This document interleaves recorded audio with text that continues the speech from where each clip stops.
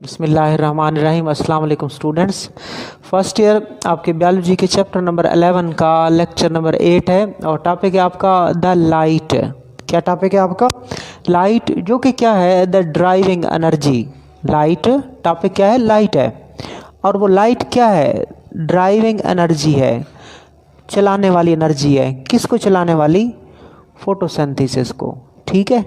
So the topic is light, which is the driving energy. Light की बात करते हैं। Light is a form of energy. याद रखिएगा, लाइट जो होती है, रोशनी जो होती है, वो किसकी किस्म है? एनर्जी की एक टाइप है, एनर्जी की एक फॉर्म है। क्या कहलाती है? इलेक्ट्रोमैग्नेटिक एनर्जी या इलेक्ट्रोमैग्नेटिक रेडिएशन कहलाती है। सो क्लियर किया आपने पहला सेंटेंस कि light is a form of energy called electromagnetic energy और रेडिएशन। लाइट एनर्जी की एक किस्म है जिसको आप इलेक्ट्रोमैग्नेटिक एनर्जी कहते हो या इलेक्ट्रोमैग्नेटिक रेडिएशन कहते हो। अब आगे चलते हैं। Light behaves as wave. आपको पता है, आपने फिजिक्स में बेटा पढ़ा होगा कि लाइट वेव्स की तरह भी बिहेव करती है एंड सॉर्ट ऑफ पार्टिकल, और पार्टिकल की तरह भी बिहेव करती है। Light behaves as wave as well as sort of particle. और लाइट के जो पार्टिकल्स होते हैं उनको फोटॉन्स कहा जाता है। Particles of light are called photon. तो ये भी आपने क्लियर किया कि लाइट वेव की तरह भी बिहेव करती है, लाइट पार्टिकल की तरह भी बिहेव करती है, और पार्टिकल को आप फोटॉन का नाम देते हो। आगे चलते हैं। The radiation most important to life are the visible light. अब जो रेडिएशन बहुत ज़्यादा इम्पॉर्टेंट होती हैं लाइफ के लिए, वो कौन सी रेडिएशन है, वो कौन सी लाइट है? वो विजिबल लाइट है। So the radiation the most important to the life are visible light that ranges from 380 nanometer to 750 nanometer in wavelength। कि वो रोशनी, वो रेडिएशन जो ज़िंदगी के लिए इम्पॉर्टेंट होती हैं, लाइफ के लिए इम्पॉर्टेंट होती हैं, वो रेडिएशंस क्या कहलाती हैं? विजिबल लाइट कहलाती है। और विजिबल लाइट की जो वेवलेंथ रेंज करती है कहाँ से कहाँ तक? 380 टू 750 नैनोमीटर इन वेवलेंथ। ये भी आपने क्लियर किया कि विजिबल लाइट की जो वेवलेंथ की रेंज है वो क्या होती है। आगे चलते हैं। It is the sunlight energy that is absorbed bye chlorophyll. ये सूरज की रोशनी होती है that is absorbed bye chlorophyll, जिसको क्लोरोफिल अब्जॉर्ब करता है, और अब्जॉर्ब करने के बाद convert it into chemical energy, और उसको केमिकल एनर्जी में कन्वर्ट करता है, and drive the photosynthetic process, और उससे फोटोसिंथेटिक प्रोसेस चल पड़ता है। ये आप पहले भी आप देख चुके हो कि ये सनलाइट ही होती है जिसको कौन अब्जॉर्ब करता है? क्लोरोफिल अब्जॉर्ब करता है। It is the sunlight energy that is absorbed bye the chlorophyll, and chlorophyll क्या करता है? इसको केमिकल एनर्जी में कन्वर्ट करता है। ये देख लें, ये क्लोरोप्लास्ट हो गया। क्लोरोप्लास्ट में दो रिएक्शंस होते हैं, एक लाइट रिएक्शन और एक डार्क रिएक्शन। और जो लाइट रिएक्शन होता है वो थैलाकाइड्स में होता है, ग्रेना में होता है, और लाइट रिएक्शन के दौरान लाइट इस्तेमाल होती है। लाइट रिएक्शन के दौरान क्या इस्तेमाल होती है? लाइट एनर्जी इस्तेमाल होती है। क्लोरोफिल उसको ऑब्जर्व करता है, ऑब्जर्व करने के बाद क्लोरोफिल उसको किस में कन्वर्ट करता है? केमिकल एनर्जी में। किसकी केमिकल एनर्जी में? एटीपी की केमिकल एनर्जी में और NADPH की केमिकल एनर्जी में। और फिर यही NADPH और NADPH कहाँ चले जाते हैं? डार्क रिएक्शन में चले जाते हैं, और वहाँ से CO2 को क्या करते हैं? रिड्यूस करते हैं इनटू ग्लूकोज इनटू रेट। ठीक हो गया। तो आपने क्या कहा? आपने कहा ये क्लोरोफिल ही होते हैं। कौन होते हैं? क्लोरोफिल ही होते हैं जो सनलाइट एनर्जी को ऑब्जर्व करते हैं और उसको केमिकल एनर्जी, ये केमिकल एनर्जी है। सोलर एनर्जी, लाइट एनर्जी किस में कन्वर्ट हो जाती है? केमिकल एनर्जी में। कौन कन्वर्ट करते हैं? क्लोरोफिल करते हैं। किस में करते हैं? लाइट रिएक्शन में करते हैं। और फिर यही केमिकल एनर्जी क्या करती है? बकिया फोटोसिंथेसिस प्रोसेस को क्या करती है? ड्राइव करती है, चलाती है। ठीक हो गया। ओके। तो it is the sunlight energy that is absorbed bye chlorophyll. वो सूरज की रोशनी की एनर्जी होती है जिसको क्लोरोफिल अब्जॉर्ब करते हैं, और अब्जॉर्ब करने के बाद उसको किस में तब्दील करते हैं? करती है केमिकल एनर्जी। ATP NADPH है। और वो केमिकल एनर्जी क्या करेगी? ड्राइव लिखना है, नॉट डिराइव। ठीक हो गया, ड्राइव करती है किसको, फोटोसिंथेसिस प्रोसेस को। अब आगे एमसीक्यूज है आपका कि not all the light energy falling on the leaf is absorb, कितनी अब्जॉर्ब होती है फिर, जस्ट 1%। सपोज ये लीफ की सरफेस है, उसके ऊपर 100% रोशनी पड़ती है, दिस इज द लीव्स, और उसके ऊपर सूरज की रोशनी कितने फीसद पड़ती है, 100% पड़ती है। अब्जॉर्ब कितने परसेंट होगी, जस्ट 1% होगी। बाकी किधर हो जाएगी, बाकी या तो ट्रांसमिट हो जाएगी या बाकी रिफ्लेक्ट हो जाएगी। ठीक हो गया, बाकी रोशनी या तो रिफ्लेक्ट हो जाती है या ट्रांसमिट हो जाती है। अब्जॉर्ब कितने फीसद होती है, 1। The light falling on the leaves is absorbed, कि leaves के ऊपर गिरने वाली सारी रोशनी absorb नहीं होती, only about 1% of the light falling on the leaf surface is absorbed, सिर्फ 1% absorb हो जाती है। the rest कहते हैं बकिया, remaining is reflected, वो या तो reflect हो जाती है और transmitted या तो transmit हो जाती है। so leaf surface के ऊपर जो रोशनी पड़ती है उसमें सारी रोशनी absorb नहीं होती, बल्कि कितने परसेंट absorb होती है, 1%। रेस्ट रिमेनिंग या तो रिफ्लेक्ट हो जाती है या तो ट्रांसमिट हो जाती है। आगे चलते हैं, absorption spectrum for chlorophyll indicate that absorption is maximum in blue and red parts of the spectrum, 2 absorption peaks being observed at 430 nanometer and 670 nanometer. अब हम क्या देखना चाह रहे हैं, अब हम अब्जॉर्प्शन स्पेक्ट्रम देखना चाह रहे हैं। किसका अब्जॉर्प्शन स्पेक्ट्रम, क्लोरोफिल का। और अब्जॉर्प्शन स्पेक्ट्रम क्या था, आपने कहा था कि इट इज़ ए ग्राफ जो शो करता है कि कौन सा पिगमेंट कौन सी वेवलेंथ को अब्जॉर्ब करेगा, कौन सा पिगमेंट कौन सी रोशनी के कलर को ऑब्जर्व करेगा, उसको आपने कहा था हम इसे अब्जॉर्प्शन स्पेक्ट्रम कहते हैं। हम किसका अब्जॉर्प्शन स्पेक्ट्रम देखना चाह रहे हैं, क्लोरोफिल का। जब हम क्लोरोफिल का अब्जॉर्प्शन स्पेक्ट्रम देखते हैं तो वो दिखाता है, हमें इंडिकेट करता है कि absorption is maximum in blue, कि अब्जॉर्प्शन मैक्सिमम है blue and red parts of the spectrum. उस पूरे स्पेक्ट्रम में अब्जॉर्प्शन मैक्सिमम होगी, एक ब्लू पार्ट में और एक रेड पार्ट में। So the 2 absorption peak are at around 430 nanometer, जो ब्लू की वेवलेंथ होती है वो 430 नैनोमीटर होती है और जो रेड की वेवलेंथ होती है वो 670 नैनोमीटर होती है। सो याद रखना बेटा, जब आप अब्जॉर्प्शन स्पेक्ट्रम देखते हो क्लोरोफिल का तो फिर आप देखते हो कि अब्जॉर्प्शन मैक्सिमम है एक ब्लू पार्ट में और एक रेड पार्ट में। ब्लू रोशनी ज़्यादा जज़ब हो रही है और रेड रोशनी भी ज़्यादा जज़ब हो रही है। सो ब्लू और रेड रोशनी को कौन जज़ब ज़्यादा करता है, क्लोरोफिल। सो 2 हमें पीक मिलते हैं, किस जगह पीक मिलेंगे, एक 430 नैनोमीटर के लेवल पे मिलेगा और एक 670 नैनोमीटर के लेवल पे मिलेगा। और 430 नैनोमीटर किसकी वेवलेंथ होगी, रेड की वेवलेंथ होगी।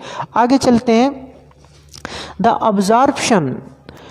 absorption peak of the carotenoid are different from those of the chlorophyll। अब जब हम absorption spectrum देखते हैं कैरोटीनाइड का, वो डिफरेंट होता है किससे, क्लोरोफिल से। क्लोरोफिल का जो आपने अब्जॉर्प्शन स्पेक्ट्रम देखा, आपने कहा कि ब्लू और रेड जो रोशनी है वेवलेंथ वो ज़्यादा जज़ब होती है, लिहाजा 430 नैनोमीटर पे और 670 नैनोमीटर पे क्लोरोफिल के अब्जॉर्प्शन स्पेक्ट्रम में हमें पीक नज़र आती है। उसी पीक से हम अंदाज़ा लगाते हैं कि 430 नैनोमीटर पे एक पीक है, हम कहते हैं ये ब्लू रोशनी भी ज़्यादा जज़ब कर रहा है क्लोरोफिल, और जब दूसरा पीक आता है 670 नैनोमीटर पे हम कहते हैं ये रेड रोशनी भी ज़्यादा जज़ब कर रहा है। अब अगर हम अब्जॉर्प्शन स्पेक्ट्रम देखें कैरोटीनाइड का, जो कि एसेसरी पिगमेंट है, उनका अब्जॉर्प्शन स्पेक्ट्रा मुख्तलिफ होता है क्लोरोफिल से। तो इसका मतलब क्या हुआ कि कैरोटीनाइड डिफरेंट वेवलेंथ जज़ब करते हैं, कैरोटीनाइड डिफरेंट कलर जज़ब करते हैं देन द क्लोरोफिल। ठीक हो गया, आगे चलते हैं। Different wavelength are not only differently absorbed by photosynthetic pigment but are also differently effective in photosynthesis। इसको समझना है बेटा आपने। इसको समझने से पहले मैं आपको अब्जॉर्प्शन स्पेक्ट्रम का ग्राफ दिखा देता हूँ बुक से। अब्जॉर्प्शन स्पेक्ट्रम का ग्राफ देखते हैं हम बुक से। ये देखें बेटा, ये जो ए डायग्राम है, ये वाली डायग्राम बेटा, ये ए डायग्राम है और ये है absorption spectra of chlorophyll and carotenoid, absorption spectra of chlorophyll and carotenoid. उसमें हमने 3 पिगमेंट लिए हैं, एक लिया है क्लोरोफिल ए लिया है, ठीक है, और दूसरा हमने क्लोरोफिल बी लिया है और एक कैरोटीनाइड लिया है। जो बेटा ग्रीन जो लाइंस हैं, ग्रीन लाइंस, वो क्लोरोफिल ए की हैं, और जो ब्लू लाइंस हैं वो क्लोरोफिल बी की हैं, और जो रेड लाइंस हैं, जो रेड ग्राफ है, रेड लाइन से ग्राफ है, वो कैरोटीनाइड का है, ठीक है। अगर हम देखें तो सपोज हम देखते हैं क्लोरोफिल जो है आपका ए, तो उसमें एक पीक आपको ग्रीन को देखना है। मैं आपको कलर बता दूं दोबारा, क्लोरोफिल ए को ग्रीन से दिखाया गया है, आप जब बुक में देखेंगे तो आपको और वाज़ेह दिखाई देगा।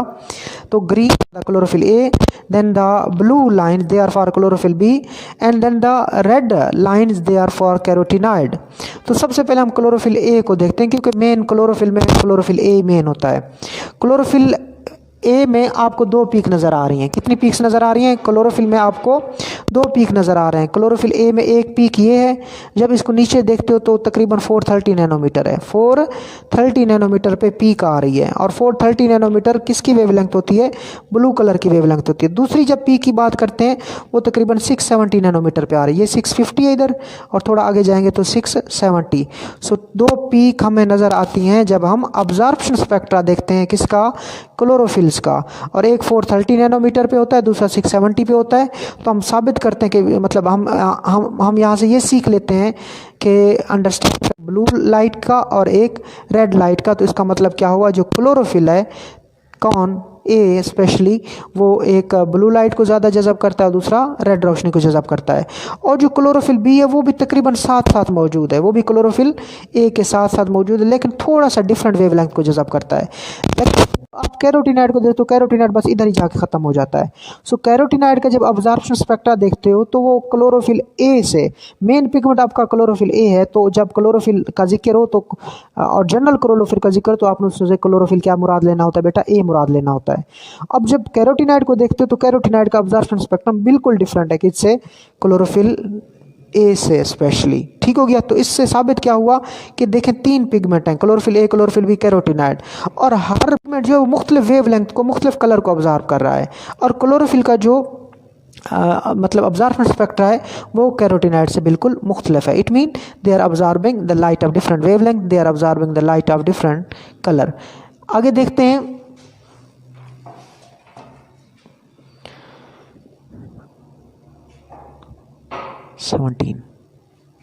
तो ये अब यहाँ से आपने स्टार्ट करना है। ये एक अब स्टार्ट होने वाला है हमारा नेक्स्ट इम्पॉर्टेंट मतलब टॉपिक या शॉर्ट क्वेश्चन कि different wavelength are not only differently observed by photosynthetic pigment.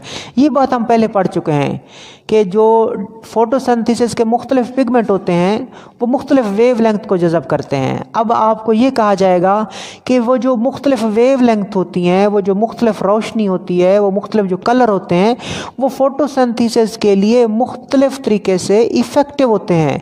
कोई कलर, कोई वेवलेंथ ज़्यादा इफ़ेक्टिव है फोटोसिंथेसिस के लिए, यानी कि वो फोटोसिंथेसिस को ज़्यादा कैरी करेगी, और कुछ कलर, कुछ वेवलेंथ फोटोसिंथेसिस को कम कैरी करेंगे। सो ये आपने देखना है कि different wavelengths are not only differently observed by photosynthetic pigment but they are also differently effective in photosynthesis. के मुख्तलिफ वेवलेंथ ना सिर्फ मुख्तलिफ वेवलेंथ को ना सिर्फ मुख्तलिफ पिगमेंट ऑब्जर्व करते हैं, मुख्तलिफ वेवलेंथ को ना सिर्फ फोटोसिंथेसिस के मुख्तलिफ पिगमेंट ऑब्जर्व करते हैं, बल्कि वो डिफरेंट वेवलेंथ जो होती हैं वो फोटोसिंथेसिस के लिए डिफरेंटली इफेक्टिव होती हैं। कोई वेवलेंथ, कोई कलर ज़्यादा इफेक्टिव होगा, कोई वेवलेंथ, कोई कलर कम इफेक्टिव होगा। सो डिफरेंट वेवलेंथ ये वे क्या करती हैं? वो डिफरेंटली इफेक्टिव होती हैं फोटोसिंथेसिस के लिए। और इसके लिए जो ग्राफ होता है वो एक्शन स्पेक्ट्रम कहलाता है। ये इंपॉर्टेंट आप डेफिनेशन आप करने लगे हो, again it is very important of action spectrum. और मैं आपको क्लियर कर दूं कंसेप्ट कि एक्शन स्पेक्ट्रम ये भी एक ग्राफ है जो आपको बताता है कि फ़लाँ वेवलेंथ, फ़लाँ कलर फोटोसिंथेसिस के लिए कितना इफ़ेक्टिव है, कितना मौसर है, ठीक है। जबकि जो अब्जॉर्प्शन स्पेक्ट्रम था ना बेटा, पहले वाला अब्जॉर्प्शन स्पेक्ट्रम, वो बस ये बताता था कि एक पिगमेंट कौन सी वेवलेंथ को ऑब्जर्व करता है, वो ऑब्जर्वेशन स्पेक्ट्रम।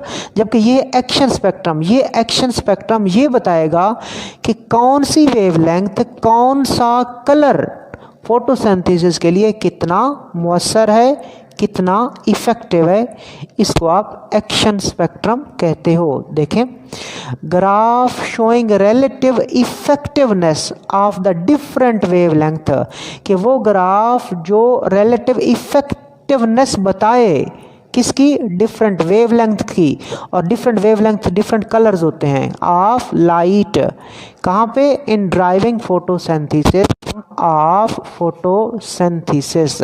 ठीक हो गया बेटा, ये डेफिनेशन आपने क्लियर की कि the graph showing relative effectiveness of different wavelength और colour of light in driving photosynthesis, के ऐसा ग्राफ जो बताए हमें relative effectiveness of different wavelength के, मुख्तलिफ जो कलर हैं, मुख्तलिफ जो वेवलेंथ हैं, वो फोटोसिंथेसिस में कितने कितने मुअस्सर हैं, कितने कितने इफेक्टिव हैं, इसको कहते हैं एक्शन स्पेक्ट्रम।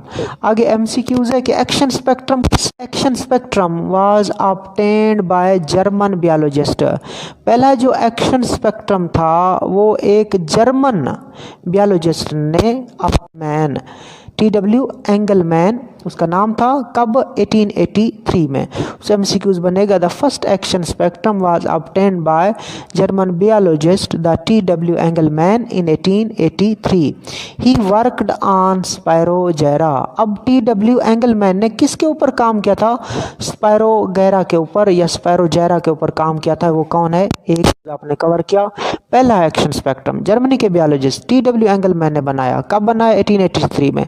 और उसने ये काम किसके ऊपर किया था, स्पायरोगैरा के ऊपर काम किया था। अब कैसे बनाया था उसने ये, action spectrum can be obtain by illuminating the plant with light of different wavelength और colour and then estimating the relative oxygen release during photo. आप कैसे हासिल करते हो, action spectrum can be obtain by illuminating the plant with light of different wavelength और colour. सबसे पहले जो एक पौधा होगा उस पौधे को हम इल्यूमिनेट करेंगे, रोशन करेंगे, किससे, लाइट से, और लाइट के पास क्या होंगे, डिफरेंट वेवलेंथ, डिफरेंट कलर होंगे। ठीक है, सबसे पहले हम एक plant, illuminating the plant with light of different wavelength, के एक पौधे के ऊपर हम रोशनी छोड़ेंगे, वो जो लाइट होगी उसके पास डिफरेंट वेवलेंथ, डिफरेंट कलर होंगे। और फिर जब लाइट आप पौधे को देते हो तो पौधा क्या करेगा, फोटोसिंथेसिस करेगा। पौधा क्या करेगा, फोटोसिंथेसिस करेगा। और आपको पता है फोटोसिंथेसिस में क्या चीज़ इस्तेमाल होती है, CO2 इस्तेमाल होती है। फिर आप देखेंगे CO2 कितनी कंज्यूम हो रही है, लाइट से पौधे के ऊपर लाइट छोड़ दिया आपने, डिफरेंट वेवलेंथ की, डिफरेंट कलर की लाइट आपने मतलब छोड़ दी और फोटोसिंथेसिस होने लग गई। और फिर आप देखते हो कि कार्बन डाइऑक्साइड कितनी उसमें इस्तेमाल हो रही है, कार्बन डाइऑक्साइड की कंजम्पशन देखते हो। और आपको पता है फोटोसिंथेसिस में ऑक्सीजन रिलीज होती है, CO2 कंजम्पशन के साथ साथ ऑक्सीजन रिलीज होती है। और फिर आप देखते हो कि रिलेटिव रिलीज ऑफ ऑक्सीजन कितने हो, action spectrum can be wavelength और colour and then estimating the relative CO2 consumption और ऑक्सीजन रिलीज, क्योंकि CO2 कंज्यूम होती है फोटोसिंथेसिस में, ऑक्सीजन रिलीज होती है ड्यूरिंग फोटोसिंथेसिस। आगे चलते हैं, action spectrum of photosynthesis to the observation क्या बताया जा रहा है। इधर देखें कि एक्शन स्पेक्ट्रम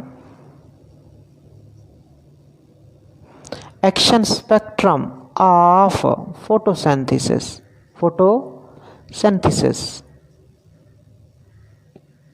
क्या है, कोरेस्पोंड करता है, मिलता जुलता है। कोरेस्पोंड का मतलब क्या होता है बेटा, मिलता जुलता होता है। किसके, एक्शन स्पेक्ट्रम ऑफ फोटोसिंथेसिस कोरेस्पोंड किसके साथ मिलता जुलता,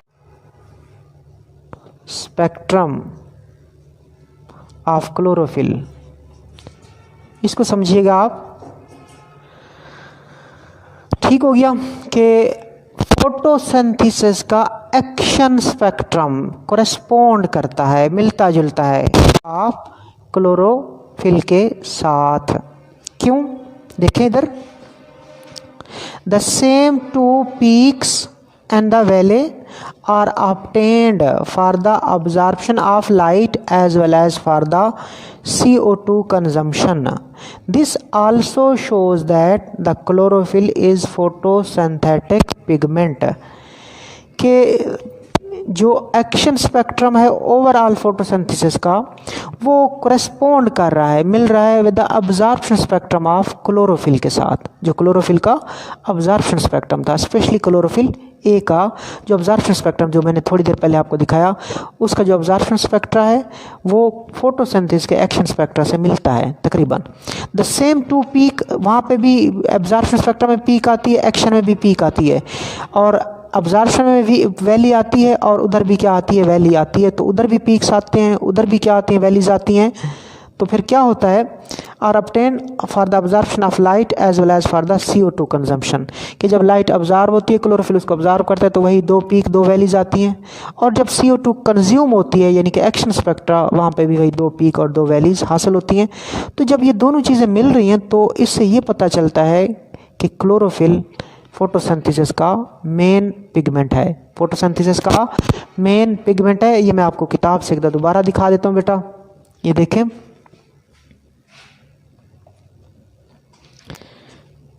ये आपने यहाँ पे सिर्फ ब्लू देखना है। क्या देखना है? ब्लू ग्राफ देखना है। मैं इन दो को कंपेयर करवाऊंगा। कंपेयर करने से पहले मैं आपको जो TW एंगलमैन का वो जो एक्सपेरिमेंट था वो बता देता हूँ, ठीक है। उसके बाद उसने ग्रीन अल्गा फिलामेंट लिया। ये जो जा रहा है इस तरह का rod like, this is rod like structure, this is the filament of green alga, and that filament of green alga कौन था, ले लिया उसने। Engelmann illuminated the filament of Sparogera with the light that had been passed through a prism। तो सबसे पहले उसने एक इधर क्या रख दिया बेटा, प्रिज्म रख दिया। उस प्रिज्म में से क्या गुजारी, लाइट गुजरी, ठीक है। पहले लाइट के आगे प्रिज्म के आगे क्या रखा हुआ है, फिलामेंट ऑफ ग्रीन अल्गा रखा हुआ है। ग्रीन अलजी, उसमें भी फोटोसिंथेसिस होती है, आपको पता है। ग्रीन अलजी भी क्या करता है, फोटोसिंथेसिस करता है। सो प्रिज्म के बाद वो जो लाइट गुजर के प्रिज्म से जाएगी वो किसके ऊपर जाएगी, वो जाएगी फिलामेंट ऑफ ग्रीन अल्गा स्पैरोजेरा के ऊपर। और उसके बाद वो उस ग्रीन अलजी जो है स्पैरोजेरा, वो क्या शुरू कर देगा, फोटोसिंथेसिस शुरू कर देगा। अब जब वो फोटोसिंथेसिस वहाँ पे शुरू कम होगी, फोटोसिंथेसिस में कार्बन डाइऑक्साइड इस्तेमाल होगी और ऑक्सीजन क्या होगी, खारिज होगी। और वहाँ पे उसने ऑक्सीजन चूँकि खारिज हो रही है, एक बैक्टीरिया उसका नाम होता है एरोबिक बैक्टीरिया। उस बैक्टीरिया को क्या चाहिए होती है, ऑक्सीजन चाहिए होती है। क्या चाहिए होती है बेटा, एरोबिक बैक्टीरिया को क्या चाहिए, ऑक्सीजन चाहिए। तो वहाँ उसने उस फिलामेंट के गिर्द एरोबिक बैक्टीरिया भी छोड़ दिए। फिर उसने लाइट छोड़ी, लाइट प्रिज्म को पास किया और मुख्तलिफ वेवलेंथ में तकसीम हो गई, मुख्तलिफ कलर में तकसीम हो गई, और फिर मुख्तलिफ जगहों पे मुख्तलिफ कलर जाके लगने लगे स्पैरोजेरा के ऊपर। और स्पैरोजेरा ने फोटोसिंथेसिस स्टार्ट कर दी। अब कहीं पे ऑक्सीजन ज़्यादा रिलीज़ हो रही थी, कहीं पे ऑक्सीजन कम रिलीज़ हो रही थी। सो देखा गया 430 लेवल के ऊपर वो एरोबिक बैक्टीरिया ज़्यादा जमा हो गए थे, और 670 का जो लेवल था वहाँ पे भी वो ज़्यादा जमा हो गए थे। लाइक दूसरे लफ्ज़ों में, जहाँ पे ब्लू रोशनी पड़ रही थी, कौन सी रोशनी, ब्लू रोशनी पड़ रही थी, वहाँ पे भी वो बैक्टीरिया, एरोबिक बैक्टीरिया ज़्यादा जमा हो गए। और जहाँ पे रेड रोशनी पड़ रही थी वहाँ पे वो भी एरोबिक बैक्टीरिया ज़्यादा अकमुलेट करके जमा हो गए। हम देखते हैं वहाँ पे फोटोसिंथेसिस तेज़ हो रही है। जब फोटोसिंथेसिस तेज़ होती है तो ऑक्सीजन क्या निकलती है, ज़्यादा निकलती है। जब ऑक्सीजन ज़्यादा निकलती है तो वो बैक्टीरिया भी, एरोबिक बैक्टीरिया भी वहाँ पे ज़्यादा आ जाते हैं। और दूसरा लाइट थी, उसमें भी बैक्टीरिया हमें ज़्यादा मिले, उसमें भी हमें एरोबिक बैक्टीरिया बहुत ज़्यादा मिले। तो हमने इससे नतीजा ये निकाला कि यहाँ पे भी फोटोसिंथेसिस क्या हो रही है, तेज़ हो रही है। इसी वजह से ऑक्सीजन ज़्यादा रिलीज़ हो रही है, और उस ऑक्सीजन को हासिल करने के लिए कौन आ रहे हैं, यहाँ पे एरोबिक बैक्टीरिया आ रहे हैं। सो ज़्यादातर एरोबिक बैक्टीरिया ब्लू लाइट वाले एरिया में थे और रेड लाइट में थे। तो रेड रोशनी फोटोसिंथेसिस को क्या करती हैं, मतलब सबसे मतलब फोटोसिंथेसिस यहाँ की है, और वहाँ पे एरोबिक बैक्टीरिया क्या हो जाते हैं, इकट्ठे हो जाते हैं। Aerobic bacteria move toward the portion of the algal filament most oxygen, के जो एरोबिक बैक्टीरिया होंगे वो ऑक्सीजन एमिट होती है along the cells in the blue and red portion of the spectra में चले जाते हैं। ठीक हो गया। और ये साबित हुआ ब्लू रोशनी और रेड रोशनी जो है वो एक तो ज़्यादा अब्जॉर्ब भी होती है और ज़्यादा इफेक्टिव भी होती है। पढ़ते हैं ग्राफ, एक्शन स्पेक्ट्रम। ये जो बी ग्राफ है, this is the action spectrum of photosynthesis. क्या दिखाया गया है, मैं के साथ हम कंपेयर करेंगे जो क्लोरोफिल, एक पीक आ रही है क्लोरोफिल में, और क्लोरोफिल की दूसरी पीक यहाँ पे आ रही है, ठीक है, एक पीक और फिर ये वैली है दरमियान में, ठीक है। और उसके बाद इधर भी वही पीक्स हैं, एक्शन स्पेक्ट्रा ऑफ फोटोसिंथेसिस, एक पीक यहाँ पे एक्शन में और यहाँ पे भी एक पीक है, ठीक है। तो मैं कह सकता हूँ कि क्लोरोफिल का जो अब्जॉर्प्शन स्पेक्ट्रा है वो फोटोसिंथेसिस के एक्शन स्पेक्ट्रा के साथ क्या करता है, कोरेस्पोंड करता है, टूट जाती है, 2 पीक्स आते हैं और एक वैली आती है। आगे चलते हैं।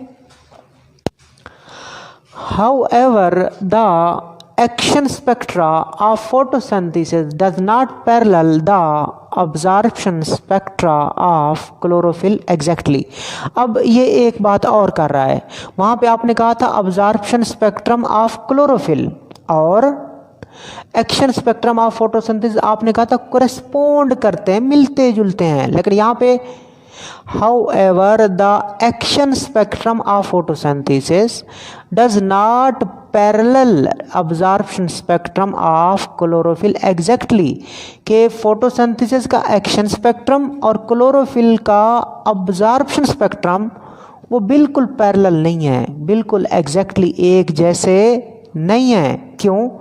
Compared to the peaks in the absorption spectra, the peaks in the action spectra are broader and the valley is narrower and not as deep। ठीक, इसको बेटा आपने समझना है, अब इसको आपने समझना है कि अब हमने पहले जनरली तौर पर कह दिया कि अब्जॉर्प्शन स्पेक्ट्रा जो क्लोरोफिल का है और फोटोसिंथेसिस का जो एक्शन स्पेक्ट्रा है वो कोरेस्पोंड तो करते हैं, कोरेस्पोंड का मतलब मिलना जुलना, लेकिन अब हमने कहा कि वो दोनों बिल्कुल मिलते जुलते नहीं हैं, ठीक है, थोड़े थोड़े मिलते जुलते हैं, लेकिन वो एग्जैक्टली पैरेलल नहीं है, बिल्कुल पैरेलल, बिल्कुल एक जैसे नहीं हैं। कैसे नहीं है? उसने अब आपको कहा कि जब इनके पीक्स को किया जाता है, आपको दिखा दूंगा, ये एक्शन स्पेक्ट्रम है सपोज स्पेक्ट्रम और ये अब्जॉर्प्शन स्पेक्ट्रम।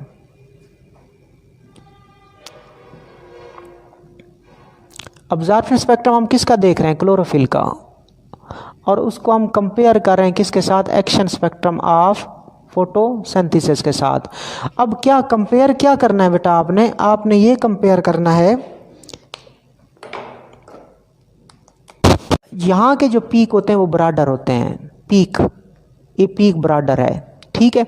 यहाँ के जो पीक्स हैं वो, और वैली क्या है? नैरोअर है, इतनी वो चौड़ी नहीं है, पीक्स ब्रॉडर हैं, ये पीक ब्रॉड है। सो फ़र्क क्या होगा? यहाँ के जो पीक्स होंगे, आपने पहले पॉइंट में लिखना है कि यहाँ के जो एक्शन स्पेक्ट्रम ऑफ फोटोसिंथेसिस के जो पीक्स हैं वो ब्रॉड हैं, और वैली जो है, इसे वैली कहते हैं इस जगह को, ये क्या है? नैरोअर है, वैली नैरोअर है, पीक्स ब्रॉडर हैं, लिख लिया ना, the peaks are broader, the valley is narrower. जबकि इधर क्या लिखोगे? इधर जो पीक्स हैं वो क्या हैं?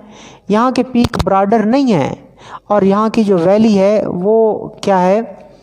वो बेटा एक तो डीप है, काफ़ी सारी ऐसे है, वाइड भी है और डीप भी है, और पीक यहाँ पे नैरोअर नहीं है, ये ब्रॉड पीक है, आई एम सॉरी, ये ब्रॉडर पीक होता है और ये नैरोअर पीक होता है। सो एक अब्जॉर्प्शन स्पेक्ट्रम ऑफ क्लोरोफिल जो है, वहाँ पे जो पीक्स हैं ना वो क्या है? नैरो हैं, और वैली क्या है? डीप है और ब्रॉड है, ब्रॉडर। ठीक हो गया? ये दो फर्क हैं कि पीक्स की अगर बात करें तो पीक्स यहाँ पे नैरो हैं, और जो वैली है वो डीप है, और पीक ब्रॉडर हैं, और वैली जो है वो एक तो नैरो है और दूसरी ब्रॉडर भी नहीं है, ब्रॉडर भी नहीं है। तो ये दो फर्क आ जाते हैं। डायग्राम में भी अगर आप देखें, ये देखें इधर पीक्स, ये क्लोरोफिल के पीक्स मैं आपको दिखा देता हूँ। क्लोरोफिल ए के देख लेते हैं। ये जो क्लोरोफिल ए का पीक है बड़ा नैरो पीक है, एक पीक ये भी बड़ा नैरो है और ये भी पीक नैरो है। सो पीक जो क्लोरोफिल्स के हैं, अब्जॉर्प्शन स्पेक्ट्रा ऑफ क्लोरोफिल के जो पीक्स हैं वो नैरो हैं।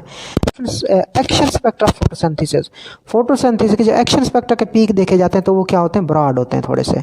सो एक्शन स्पेक्ट्रा के पीक ब्रॉडर हैं, जबकि जो अब्जॉर्प्शन स्पेक्ट्रा है क्लोरोफिल उसके पीक क्या है? नैरो हैं। अब वैली की बात करते हैं। वैली जो इधर है वो वैली क्या है? एक तो वैली बड़ी ब्रॉड है और डीप भी है, नीचे जाके है काफ़ी सारी, और ब्रॉडर वैली है क्लोरोफिल ए की, ठीक है, काफ़ी सारी वैली है और डीप है। इधर वैली जो है नहीं है, तो ये दो इसके पीक नैरोअर हैं, इसकी वैली डीप नहीं है, नैरो है, इसकी वैली, तो हम कह सकते हैं कि दोनों फोटोसिंथेसिस का एक्शन स्पेक्ट्रम नहीं है। आगे चलें। The photosynthesis in the most observed range is more than the absorption. Synthesis in the most observed range is more than the absorption itself. जब हम उधर ग्राफ को देखते हैं, absorption कम हो रही है, लेकिन फोटोसिंथेसिस क्या हो रही है, ज़्यादा। ठीक है ना, कि फोटोसिंथेसिस हमें मिलती है ज़्यादा, फोटोसिंथेसिस काफ़ी ज़्यादा हो रही है, लेकिन जब अब्जॉर्प्शन को देखते हैं, क्लोरोफिल की अब्जॉर्प्शन को देखें, कम है उसके मुकाबले में कि फोटोसिंथेसिस कितनी हो रही है, फोटोसिंथेसिस हो रही होती है ज़्यादा, अब्जॉर्प्शन क्या हो रही होती है, कम। क्यों? Likewise photosynthesis nanometer absorption of the green light by the chlorophyll.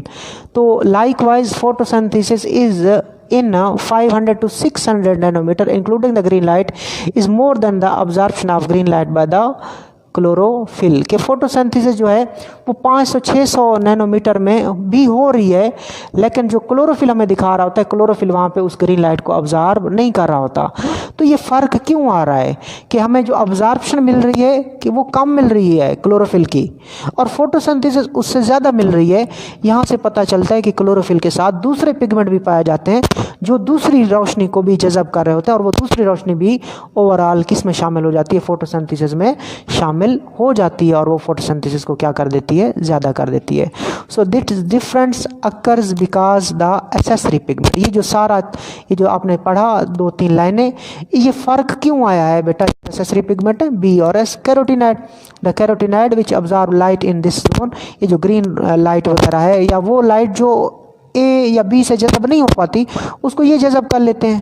तो इस जोन में, ग्रीन जोन में जो फोटोसिंथेसिस हो रही है वो किसकी वजह से हो रही है, कैरोटीनॉइड की वजह से। Carotenoid observe light in this zone, तो इस जोन में रोशनी को कौन जज़ब करते हैं, कैरोटीनॉइड जज़ब करते हैं।